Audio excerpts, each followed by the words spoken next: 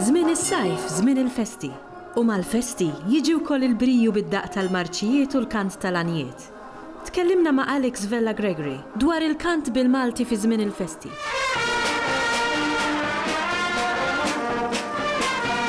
Il-lirika u l-kant fil-festi xi ħaġa storikament dokumentata hija antika ħafna taħt forum ta' kant reliġjuż, kant popolari, kant tal-waqt il-purċissjoni, kant tal-waqt il-marċi u dejjem żviluppa skont kif tiżviluppa il-festa.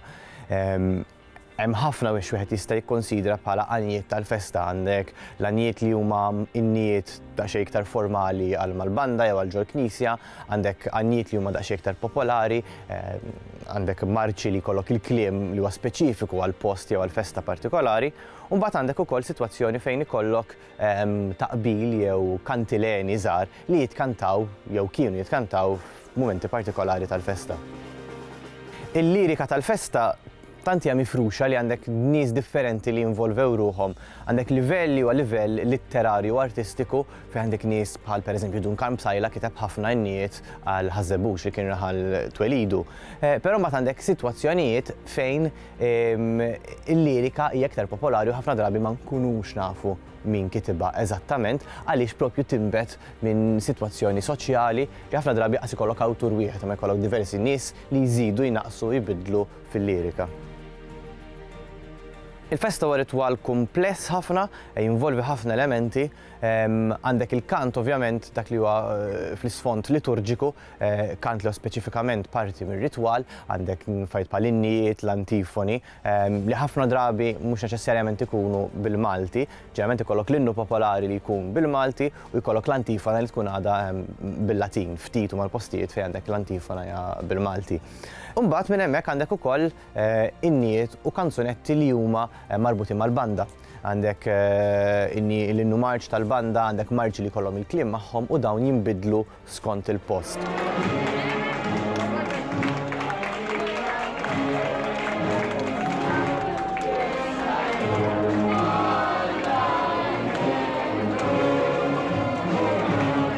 Għandek ukoll livelli ieħor fejn saret popolari ħafna f'ħafna postijiet f'ħafna festi li jinkitbu diski li huma purament ta' karattru popolari li ħafna drabi qegħdin hemmhekk bħala sens ta' identità tal-festa u tal-pajjiż. L-element spontanju jidħol l-iktar fil-taqbil tal-marċ. F'waqt il-marċ huwa ħafna postijiet fejn huwa komuni, speċjalment lejn naħa ta' nofsinhar ta' Malta u n-naħa tal-port, li xi ħadd jitla' fuq l-ispalla u jqabbel. Dak it-taqbil jista' jkun jew taqbil antik, jew anke jista' jkun speċifiku, jkunu ħafna drabi jew spontanju ta' dak il-ħin jew jkunu ħasbuh ftit qabel li ħafna drabi jkun hemm messaġġ dirett lejn fest oħra, każin ieħor jew anke persuna oħra. It-tajjir huwa parti, it-tajjir jieħu ħafna forom, jista' jkun sottili ħafna, jista' jkun dirett ħafna. Ġeneralment dak li hu sottili huwa dak li jibqa' jgħaddi minn festa għall-oħra. Għandek taqbil u kant fejn inti turi s-superjorità tal-festa tiegħek mingħajr ma direttament tattakka lill-festa l-oħra imma qed tinsinwa li inti aħjar minn ħaddieħor. Hemm formola li hija komuni f'ħafna festa, jum sabiħ għal din il-gżira, jum sabiħ għal Malta tagħna, kulħadd jgħid buċi waħda u mbagħad ħafna drabi jbidlu, viva Malta Dominikana, viva Malta Karmelitana skont il-kuntest. Hemmhekk m'għandekx offiża imma ovvjament qed turi aħna aħjar, aħna maħniex tal-post biss imma aħna nazzjonali. Imbagħad għandek oħrajn fejn huma iktar diretti, speċjalment fejn jidħlu marċi u anke fejn jidħol taqbil waqt il-marċ li ħafna drabi jkun jingħad iktar milli jitkanta, però hemm każijiet ukoll fejn jitkanta. Bla dubju il-Malti fil-festa jgħin ħafna sabiex il-Malti jibqa' jiġi użat b'mod ħaj. Il-fatt li dejjem jibqgħu jinkitbu l-affarijiet huwa sinjal li għandek nies li dejjem tuża l-Malti u dejjem iżżid fuqu. Il-problema hija meta tidħol f'ċertu element ta' fejn taqta' l-linja fejn hu popolari u fejn għandu jkun ta' livell daqsxejn iktar serju. U dik hija problema mhux sempliċement lingwistika imma edukattiva fejn inti tkun taf li n-nies għandhom forsi ħsieb imma mhux kapaċi jippreżentawh b'mod ċari l-ħsieb.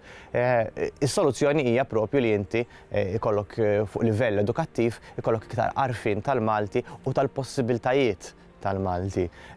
Kultant anke tara ċertu affarijiet stampati fil-programmi tal-festa fejn ma jkunux ta' livell għaliex daw qatt ma ħadmu ma' ħaddieħor sabiex huma jirranġaw jtejbu l-prodott tagħhom. Huwa hekk importanti li d-Dipartiment tal-Malti, pereżempju l-Għaqda tal-Malti, joħolqu mezzi biex jkomplu jkabru l-għarfien tal-Malti f'dawn il-komunitajiet.